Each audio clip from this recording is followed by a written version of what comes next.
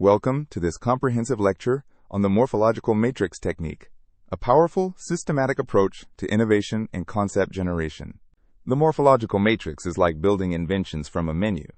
Instead of guessing randomly, we systematically explore all possible combinations of design parameters. Let's start by understanding what a morphological matrix actually is and why it matters for innovation. A morphological matrix is a structured framework that helps engineers and designers systematically generate new concepts by exploring all possible combinations of parameters. The matrix lists key parameters as rows, such as geometry, actuation, material, and control. Each parameter has multiple options listed in columns.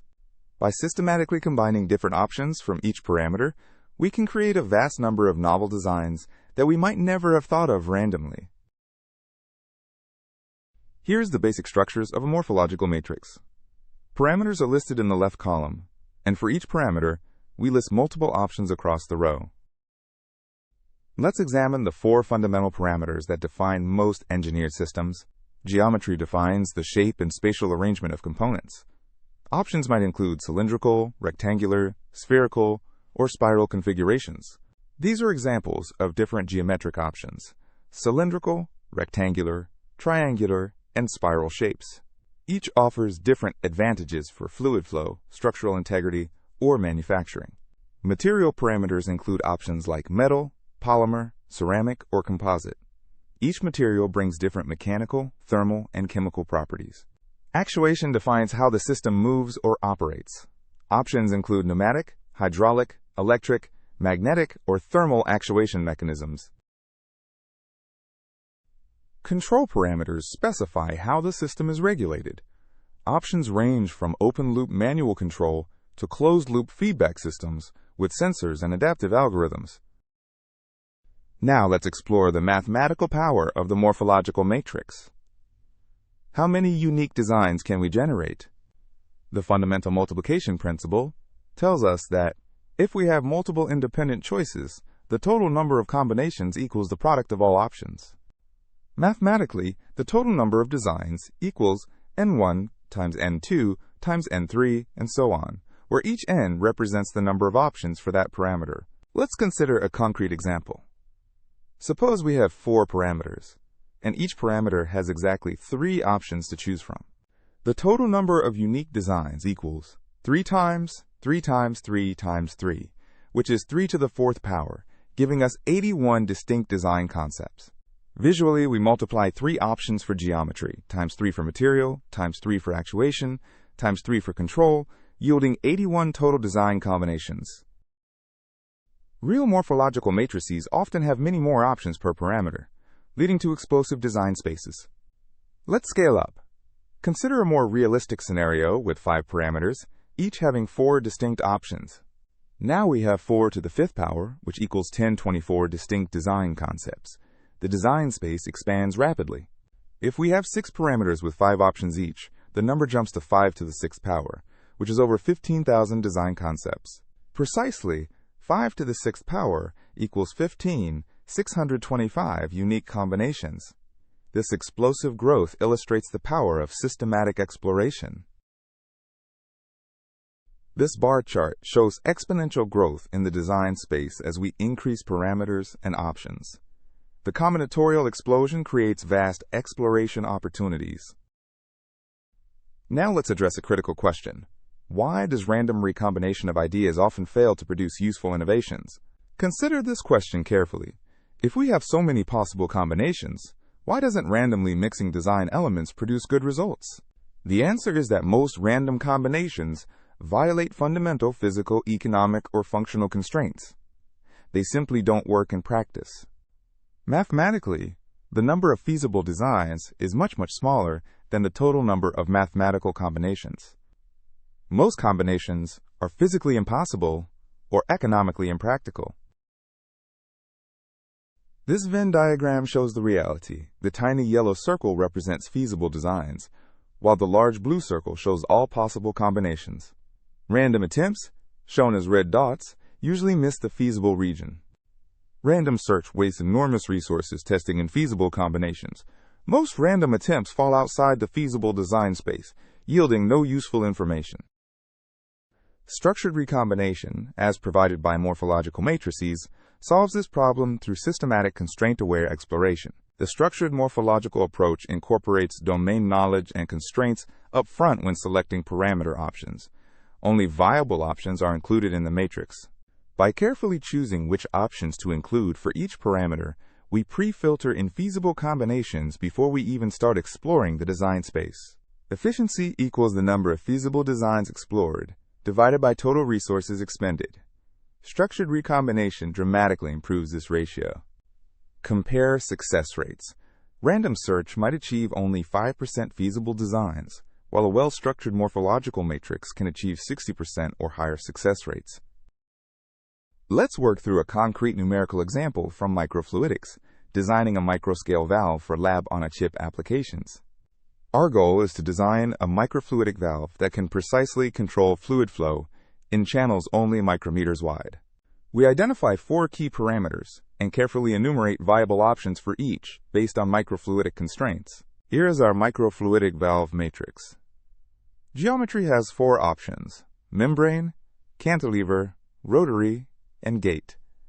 Actuation has 3 options: pneumatic, thermal, and magnetic. Material has 5 options, and control has 2 options. The total design space contains 4 times 3 times 5 times 2, which equals 120 distinct valve design concepts to explore. Each of these 120 combinations represents a concrete, testable prototype that could be fabricated and evaluated in the laboratory. Let's examine the specific options for each parameter in our microfluidic valve example. For geometry, we have membrane valves with flexible sheets, cantilever valves with beam structures, rotary valves with spinning elements, and gate valves with sliding barriers. For actuation, pneumatic uses air pressure, thermal uses temperature-induced expansion, and magnetic uses electromagnetic fields to move valve components. Materials include PDMS elastomer for flexibility, silicon for precision, glass for optical transparency, rigid polymers for structure, and hydrogels for biocompatibility. Control can be simple open-loop timed actuation or sophisticated closed-loop feedback using flow sensors and adaptive algorithms. These simplified diagrams show the 4 geometry options: circular membrane, horizontal cantilever beam, rotary arc, and vertical sliding gate. Now let's explore a real case study from product design: developing an optimized robotic gripper using morphological analysis. The challenge was to design a single gripper mechanism capable of handling both delicate objects like eggs and heavy objects like metal parts. The traditional approach would create 2 separate gripper designs, one soft gripper for delicate items and one rigid gripper for heavy items. However, the morphological matrix exploration revealed a non-intuitive hybrid solution that could handle both requirements. The matrix had 3 options for finger count, 4 material choices, and 3 actuation methods, totaling 36 combinations. One unexpected combination emerged as optimal. This gave us 36 distinct gripper concepts to evaluate through simulation and prototype testing. The winning design used 3 fingers with a hybrid material combining rigid core and soft outer layer, actuated pneumatically for variable force control. This non-intuitive combination would likely have been missed by random brainstorming or trial-and-error approaches.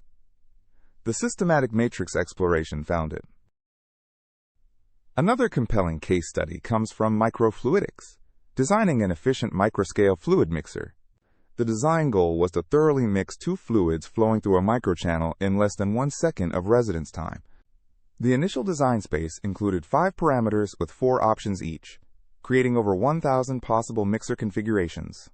With 4 options for each of 5 parameters, we had 24 distinct mixer designs to consider. Testing all would be impractical. By applying physical constraints like Reynolds number limits, fabrication capabilities, and pressure drop requirements, we filtered down to 200 viable designs.